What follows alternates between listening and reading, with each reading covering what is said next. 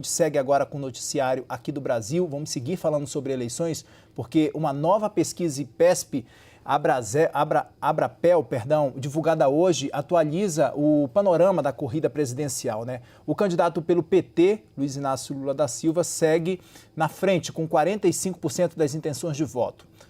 Seguido, então, por Jair Bolsonaro, do PL, com 35% das intenções de voto.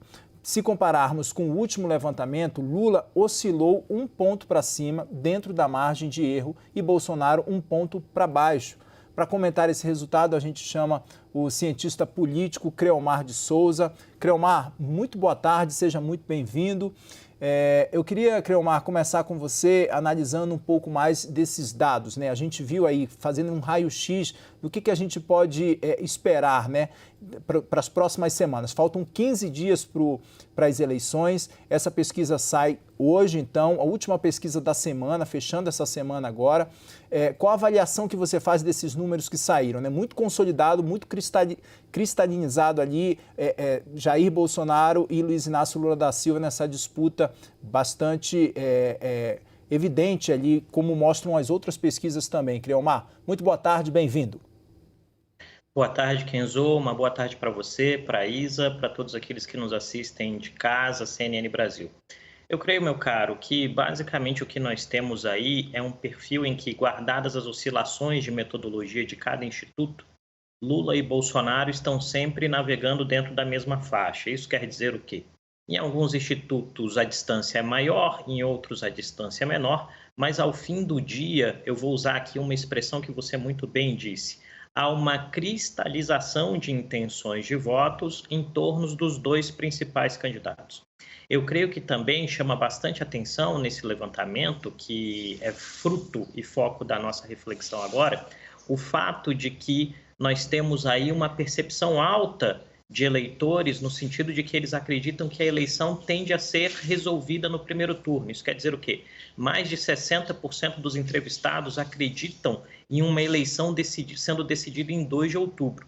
E isso possivelmente abre espaço para que eleitores do terceiro colocado e da quarta colocada acabem mudando de posição às vésperas do pleito para que essas sensações se transformem em alguma concretude. Afinal, um dado importante em termos de eleição no Brasil é que o eleitor médio brasileiro, ao final do dia, não gosta de ser retratado como aquele que desperdiçou o seu voto. É justamente sobre isso que eu quero te perguntar, Creomar. Nos últimos dias, né, o voto útil, né, esse termo tem sido um dos principais assuntos sobre a eleição. Pode dar continuidade, por favor, no seu raciocínio? De que forma esse fenômeno, então, mobiliza as peças do cenário eleitoral? Como você disse, brasileiro não é de jogar o voto fora, é isso?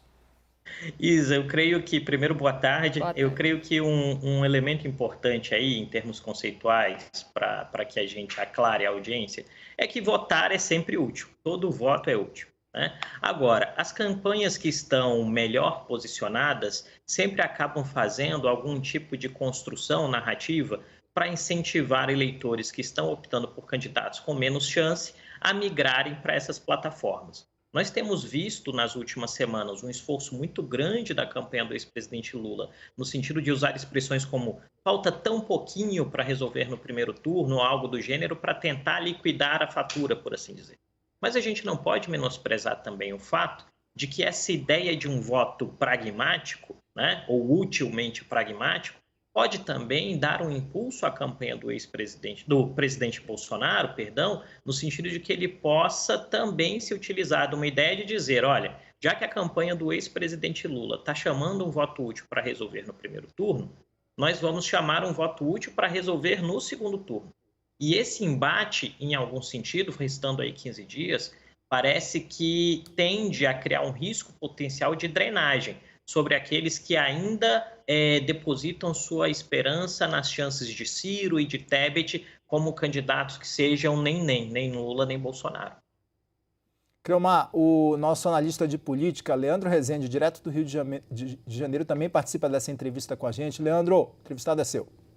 Valeu, Kenzo. É um prazer conversar contigo mais uma vez, cara. Queria te perguntar o seguinte: o presidente Jair Bolsonaro colocou a PEC dos auxílios lá atrás, no mês de julho, não conseguiu reverter a vantagem do Lula entre os mais pobres. Apostou na campanha de televisão, ainda não conseguiu reverter essa tendência de estabilidade. Há uma aposta agora de que na reta final o sentimento antipetista de 2018 vai aflorar. Essa aposta está correta? É o que tem para o presidente tentar buscar agora vencer a eleição? Leandro, antes de tudo, cara, um prazer falar contigo. Me sinto sempre honrado de conversar com você, com o Kenzo, com a Isa e a turma aí da CNN Brasil. Eu creio que o que cabe ao Planalto, Leandro, eu vou usar a expressão que você usou, o que tem para hoje, né? Vamos trabalhar com essa expressão. Nós temos uma candidatura à presidência que concorre à reeleição e que, por uma série de componentes que, ao mesmo tempo que fizeram Bolsonaro ser ainda muito competitivo, impede que ele avance. Isso quer dizer, o temperamento, algumas respostas desarrazoadas, a rejeição muito alta entre mulheres. Diante disso, o que a gente tem visto é que a cada semana o Planalto tem uma aposta nova. A aposta foi o Auxílio Brasil, depois a aposta foi a gasolina, agora a aposta é o eleitorado evangélico e na semana seguinte vai ser outra aposta. O que nós temos visto aí, se você me permite uma concordância com o seu argumento pré-questionamento, é que o Planalto e o presidente Bolsonaro têm tido muita dificuldade de tracionar. E essa dificuldade de tração vem muito da memória, sobretudo dos mais humildes, daquilo que parece ser uma sensação de desamparo em momentos críticos, não só do governo, mas da história do Brasil recente.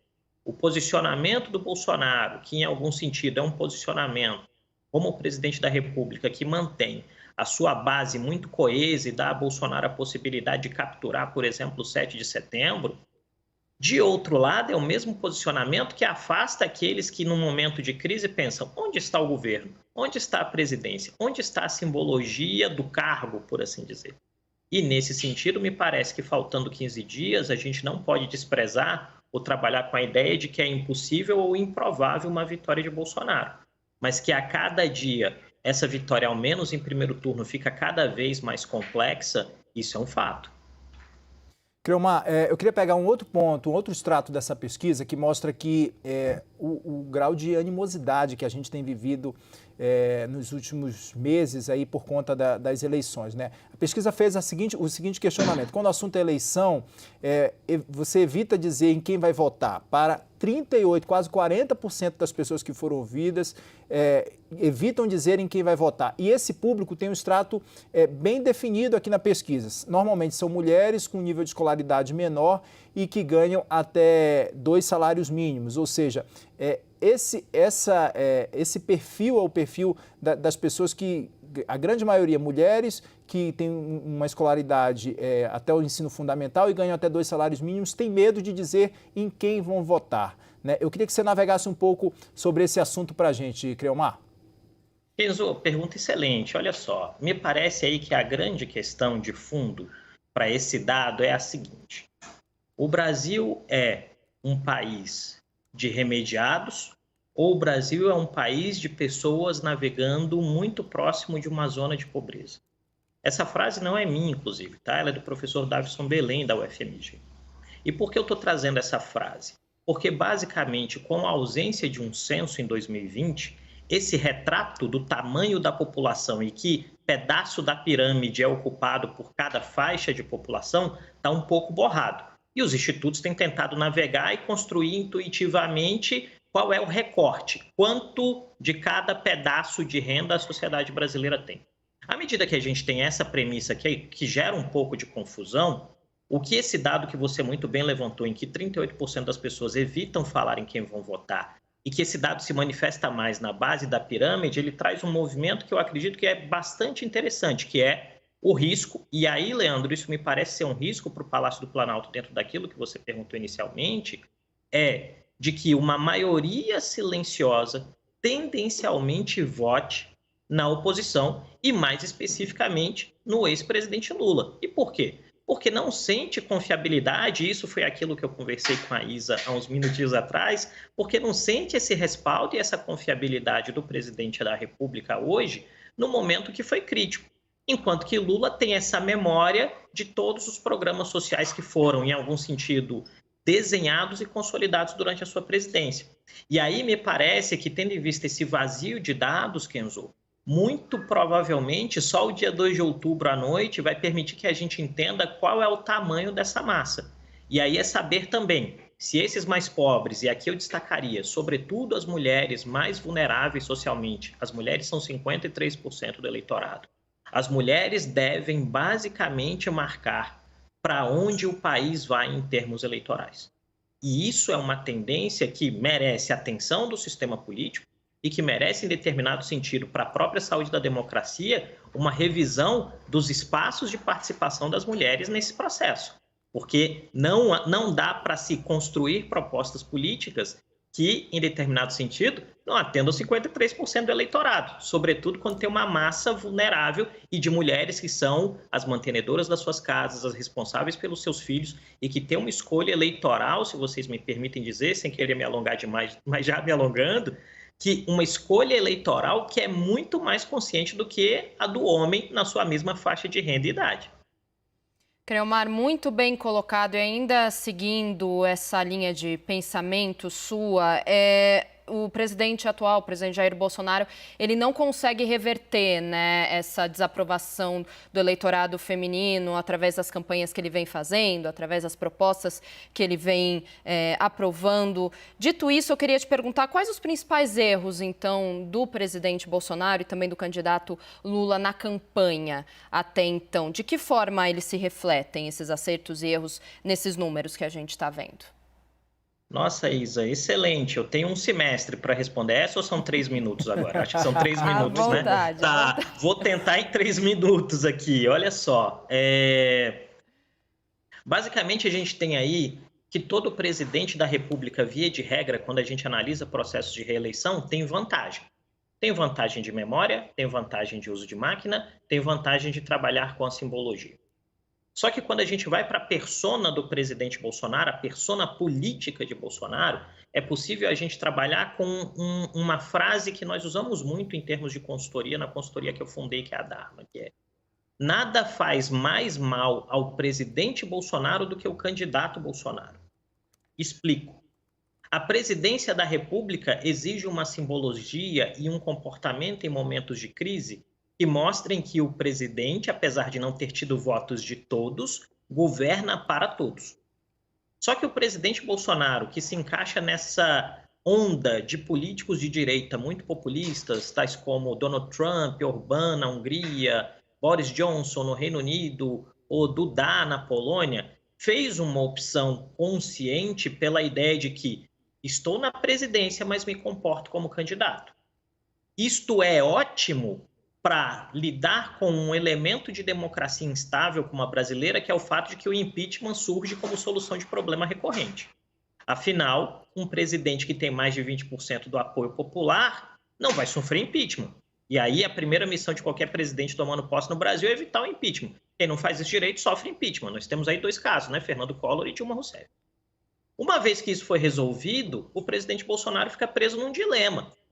Porque se ele modera o discurso, ele perde esses 20% de apoio. Mas se ele não modera o discurso, ele não consegue romper um teto, que está na casa dos 30 e poucos por cento. O Leandro muito bem levantou, o Kenzo e você nessa conversa que a gente está tendo. Eu creio que esse é o principal equívoco. Por quê? Para alimentar essa base dos 20%, dos 30% de apoio rígido, o presidente Bolsonaro, em alguns momentos, tem que flertar com comportamentos que são bem pouco razoáveis, né? Tem que dizer que não vai comprar vacina, tem que imitar a gente perdendo respiração em um programa no YouTube e algumas outras ações que no fim do dia cobram seu preço. O que a gente tem visto nessas últimas semanas, nessa tentativa de, primeiro, levar a eleição para o segundo turno e depois vencer no segundo turno, é que o presidente tem dito desculpas. Né? O presidente tem dito, aloprei, exagerei. E por quê? Porque ele tem no tracking, o Palácio do Planalto tem no próprio tracking, que se não se mover, vai perder. Agora, isso é falado para esses 20%, 30% de que as pesquisas não funcionam. Mas o Planalto sabe que as pesquisas funcionam e tem as suas contratadas. Né? E esse me parece ser o grande dilema. Eu creio que no caso do ex-presidente Lula, o principal equívoco que marcou a campanha até umas 2, 3 semanas atrás, e aí se eu falar alguma bobagem, vocês já me corrigem de pronto, por isso que serve a TV ao vivo, né? É que a campanha partiu de um princípio, até um passado recente, que as pessoas queriam votar no Lula e no PT. E quando vieram os solavancos de que a diferença estava diminuindo, me parece que muito rapidamente, ou com mais agilidade que a campanha do presidente Bolsonaro, se tornou mais claro para os decisores que as pessoas não querem votar no Lula e no PT, elas querem votar em alguém que não seja Bolsonaro, porque o presidente da República tem mais de 50% de rejeição. Se em algum momento, ou melhor dizendo, quanto mais robusta for essa convicção, maiores são as chances do ex-presidente Lula de vencer a eleição. E isso me parece que tem funcionado numa confluência em determinado sentido dessa rejeição ao presidente da República atual e dessa tentativa de reajuste do discurso. E, obviamente, vai ser bastante lenta e dificultosa, sobretudo na militância do Partido dos Trabalhadores, porque é uma militância que se acostumou em determinado sentido com um discurso que é de hegemonia. Acho que eu consegui. Conseguiu, conseguiu muito bem, Creomar. Muito obrigada pela sua participação aqui na nossa programação de sábado. Creomar de Souza, cientista político e analista de risco político também. Sempre um prazer te ter aqui na CNN. Creomar, volte mais vezes, por favor. Isa, Kenzo, Leandro, foi um prazer conversar com vocês. Um ótimo sábado a todos e aqueles que nos assistem também. Tchau, tchau.